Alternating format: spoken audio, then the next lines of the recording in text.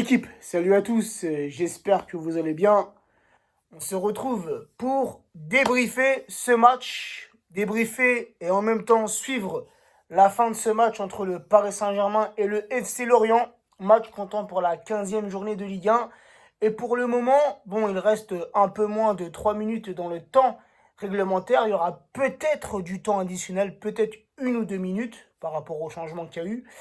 Mais le Paris Saint-Germain mène pour le moment 2-0 les amis.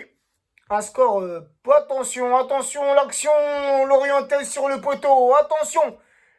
Des Lorientais qui se réveillent en fin de match. Des Lorientais qui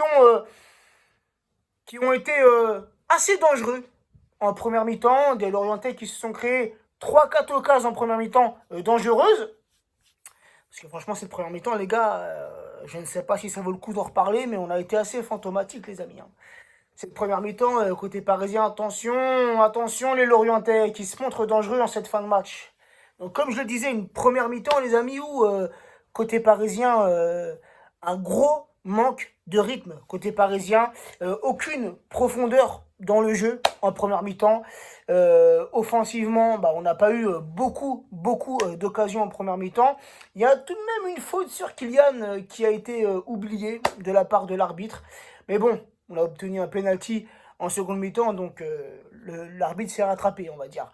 Mais non, vraiment, un jeu qui s'est amélioré en seconde mi-temps, où, pour ma part, en seconde mi-temps, j'ai vu des Parisiens beaucoup plus impliqués, en tout cas mieux qu'en première mi-temps, des Parisiens décisifs, des Parisiens beaucoup plus dangereux, et il y a eu ce penalty logiquement accordé sur Mbappé, la faute du défenseur lorientais. Par contre, on va pas se mentir les gars, mais le carton rouge direct, il est sévère.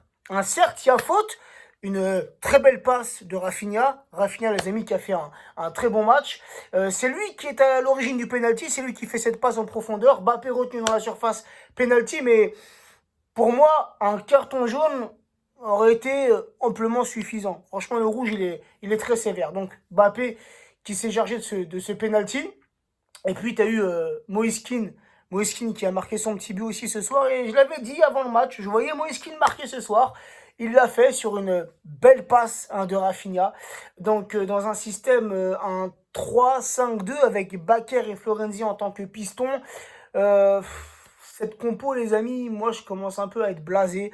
Le 5-3-2 ou le 3-5-2, on peut pas revenir comme là, sur cette deuxième mi-temps où tu as eu l'entrée de Verratti. On peut pas revenir dans un 4-3-3 ou un 4-4-2. C'est beaucoup plus simple, il y a beaucoup plus de fluidité dans le jeu. Parce que franchement, le 3-5-2, ça n'apporte rien de positif. On l'a vu. On l'a vu contre Lyon. Là, on l'a vu en première mi-temps, un peu galère. Bref. Tourelle, parfois, avec ses compositions, avec ses changements, ses choix tactiques. Comme là, tu nous mets Bakker ce soir en tant que titulaire. Moi, Bakker, les gars, j'ai pas confiance en ce joueur. Il va pas fait un match éclaté, mais en première mi-temps, il y a eu certaines occasions où il m'a fait peur, le Bakker, les gars. Où il m'a fait peur. Bref. Si on s'impose ce soir, les amis, alors là, j'ai regardé le classement juste avant de faire cette vidéo. Donc peut-être que le classement a évolué entre-temps. Mais avant cette vidéo, donc Lille, premier du classement. Et quoi qu'il arrive, Lille restera premier ce soir avec cette 15e journée. Puisque Lille s'est imposé un peu plus tôt dans la soirée. Lyon était deuxième, puisque Lyon mène au score. Je ne sais pas contre qui Lyon joue, mais bref, Lyon est revenu et mène au score 2-1. Et nous, on est troisième, les amis. Troisième avec ce 2-0. Puis, juste derrière nous, tu as l'OM. Donc, une victoire importante, les amis. Je pense qu'on va s'imposer. Il y a 2 minutes dans le temps additionnel. Donc, je pense qu'on va s'imposer tranquillement, les amis. Et de toute façon, la victoire ce soir était impérative. On a perdu ce match contre Lyon. Et ce soir, il fallait absolument renouer avec le succès, avec la victoire. Chose faite. Malgré beaucoup d'absences côté parisien, Neymar absent, Marquinhos, Kipembe absent, t'as beaucoup de joueurs, t'as Diallo absent, t'as qui d'autre, t'as Navas qui n'était même pas dans la feuille de match. Donc beaucoup de joueurs parisiens blessés, mais aussi beaucoup de joueurs parisiens laissés au repos, car dimanche, les amis, il y a un match super important, un match qui vaut pour la première place, puisque dimanche, les amis, c'est contre Lille, contre les premiers du classement. Donc vraiment un match très important où Ouh, la frappe de Fadiga! Elle était belle. Elle était belle, mais bien repoussée par Nardi. Elle était belle cette frappe, hein. Bien cadrée. Bien cadrée, intéressante. L'entrée de Fadiga, faut faire jouer les jeunes. Kais Ruiz, fallait le faire rentrer. Pembele, il est rentré, puisque Danilo s'est blessé, malheureusement. Mais Danilo, il s'est blessé un peu bêtement, les gars. Hein, sur cette première mi-temps, c'était une des premières occasions du match où Danilo, il est remonté jusqu'au milieu, alors qu'il était défenseur central. Il a voulu dribbler. Il a perdu le ballon. Il est revenu pour récupérer son erreur. Il s'est blessé.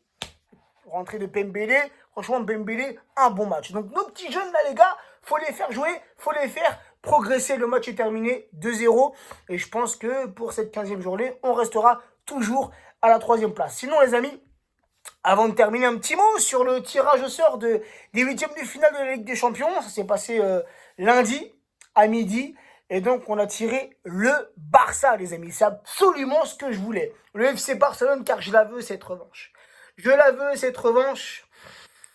Cette revanche de la remontada, les amis, hein, elle n'est toujours pas, pour ma part, cicatrisée. Je pense que pour tout supporter parisien, c'est la même chose. On a un peu du mal à oublier cette soirée tragique, on peut le dire.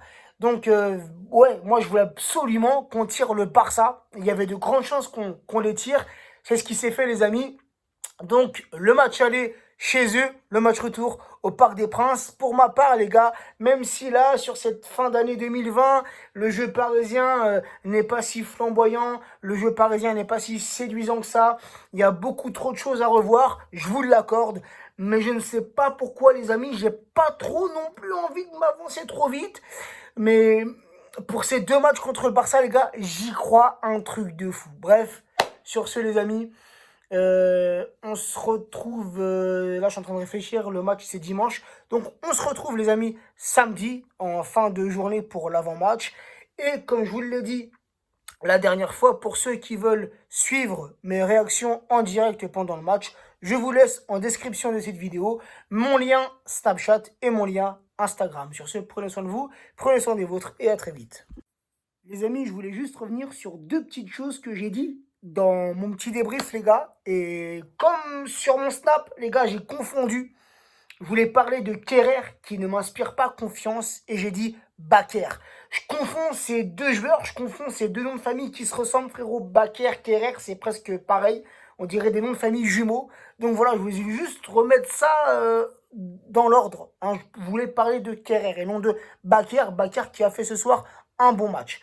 Et la deuxième petite chose, les amis, la deuxième petite rectification, je l'ai entendu sur Téléfoot, c'est que nous sommes passés non pas à la 3e, mais ce soir à la 2e place, vu que Lyon a fait match nul 2-2. Donc ce soir, on grimpe à la 2e place et on est à 1 point de retard du LOSC. Voilà, bonne soirée la team.